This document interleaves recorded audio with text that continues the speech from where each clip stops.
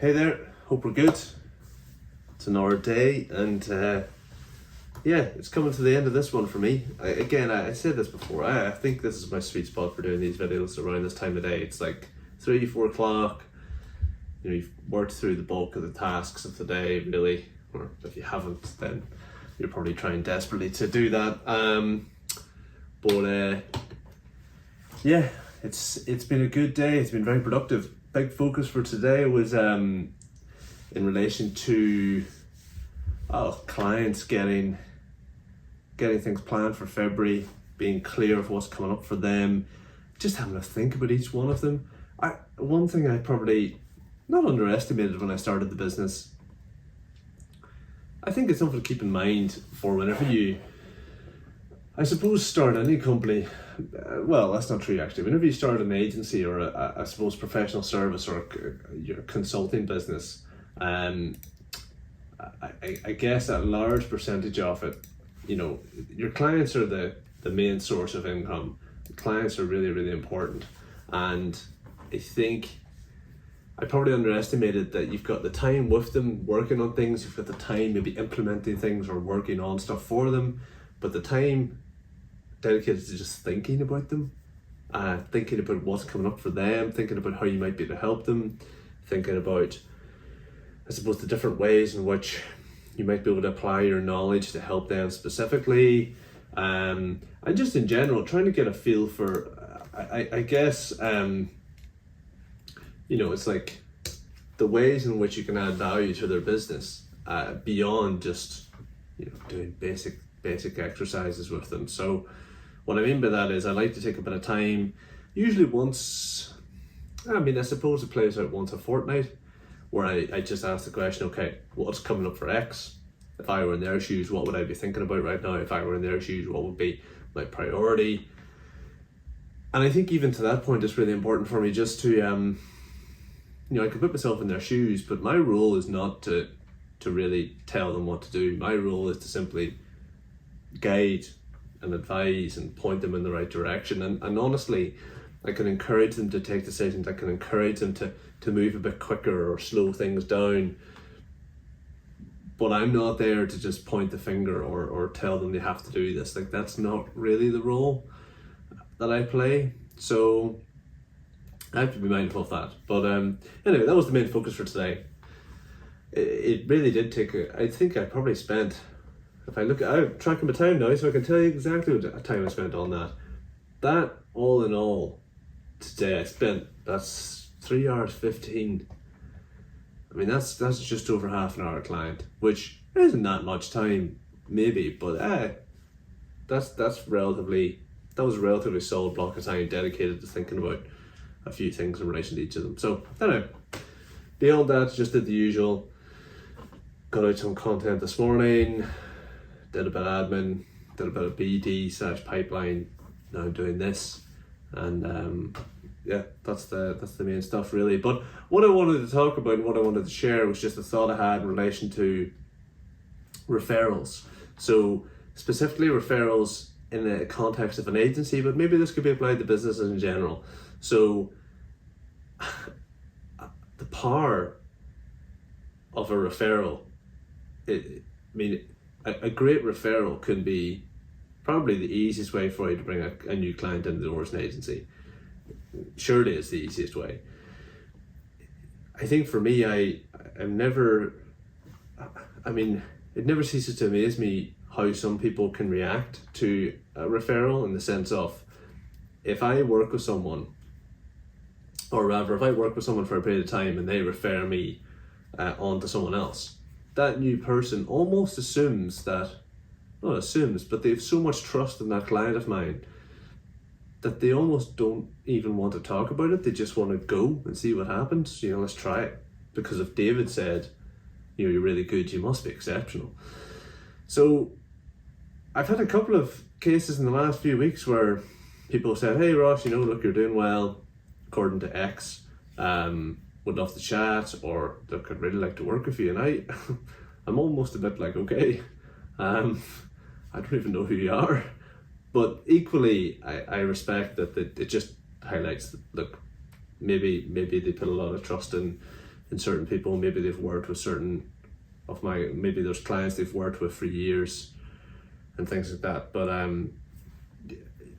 it's all good and well. I guess my point of today is just referrals can be so helpful, and they can be so simple in terms of getting a new client onboarded and winning business, and that's great. But there's also the counter to that. What I've felt and seen in the past is that you get referrals that, frankly, there's a couple of ways it can go.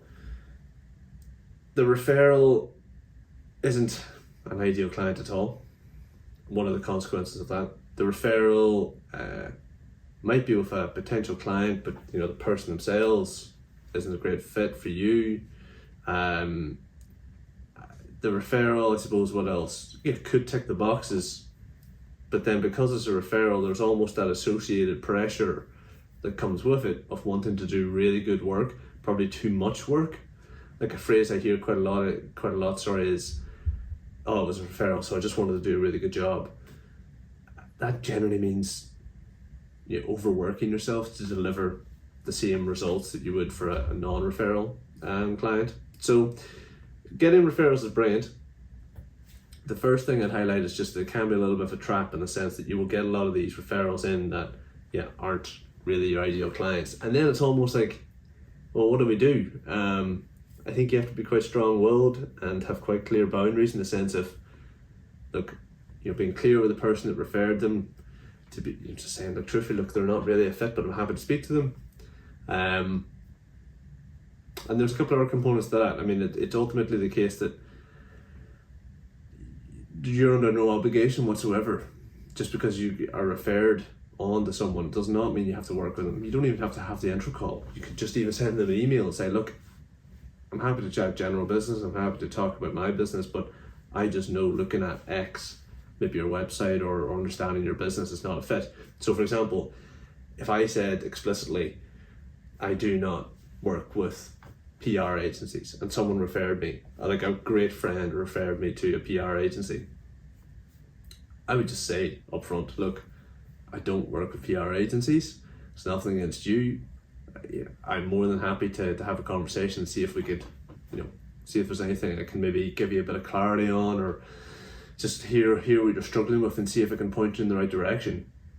I would then probably still have the conversation, but I'd just be pretty upfront about it and just say, look, I don't work with people like yourself in the context of what business you have. So there's that. And then I think there's also something to be said for, and the second part to this is, if the first part is the difficulty around the types of referrals you receive, and then the obligation you feel sometimes to work with them because of a referral, the second part is frankly that your business becomes almost reliant on these very warm, scorching hot leads.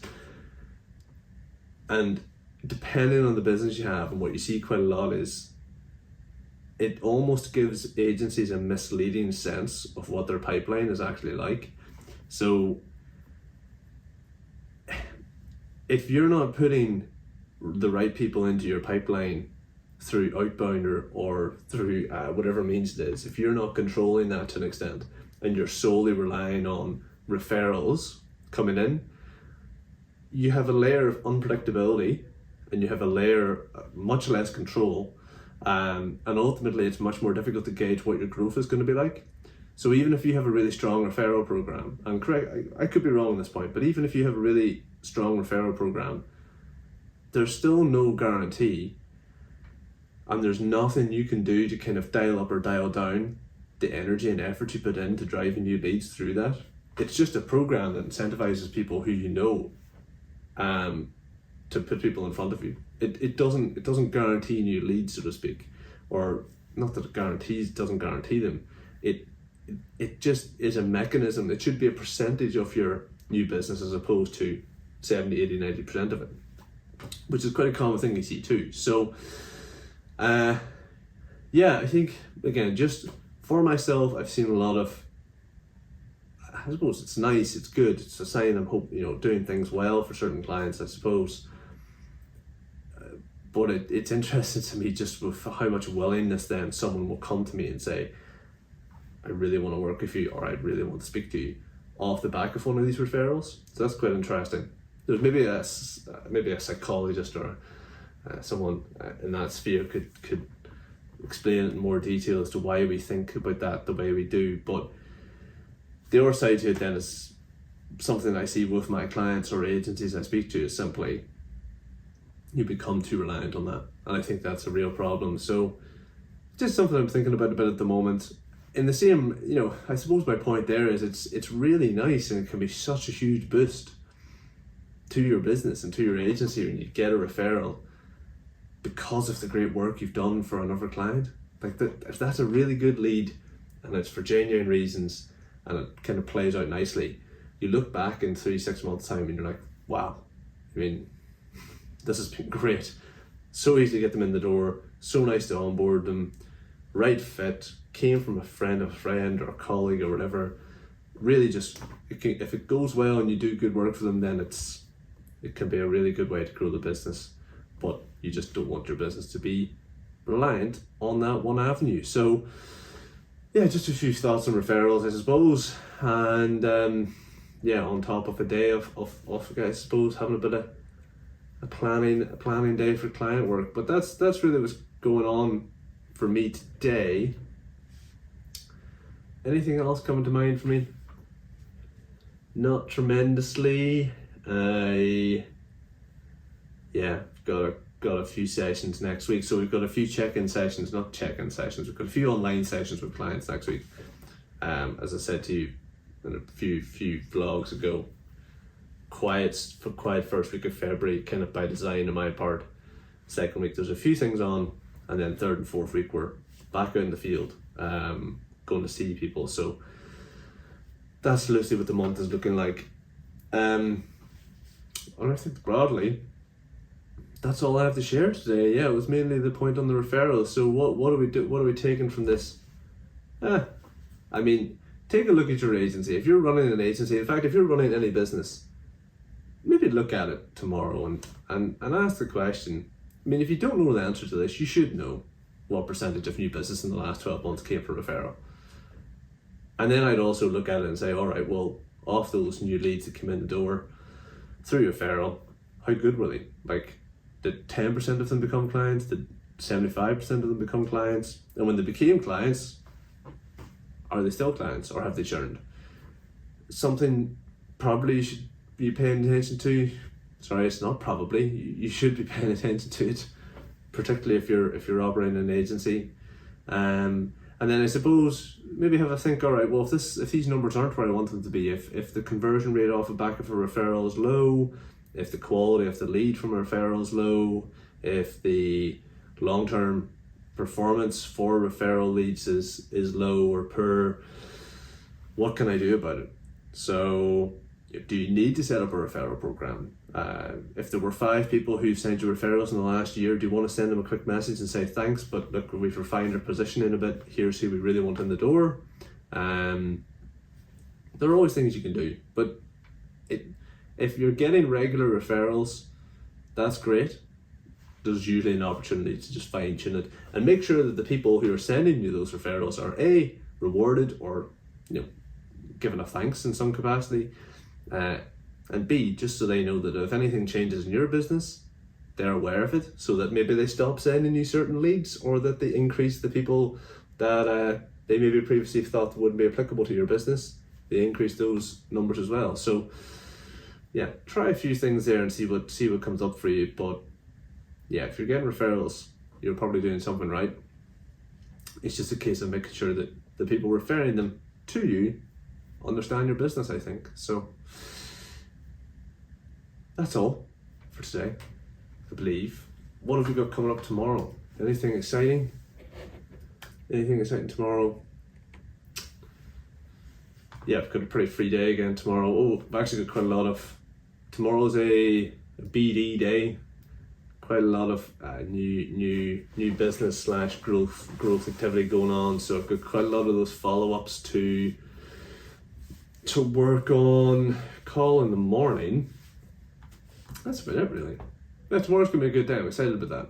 I like these days where there's a bit more room for me to move bit more room for me to spend good solid blocks of time on things that I've mapped out or that I've, I suppose, put down as stuff that I'm confident is going to help me grow the business. So it's been a good week for that so far. So we'll keep up the momentum on that front, and yeah, I'll speak to you tomorrow. Will I do it this same time tomorrow? Probably.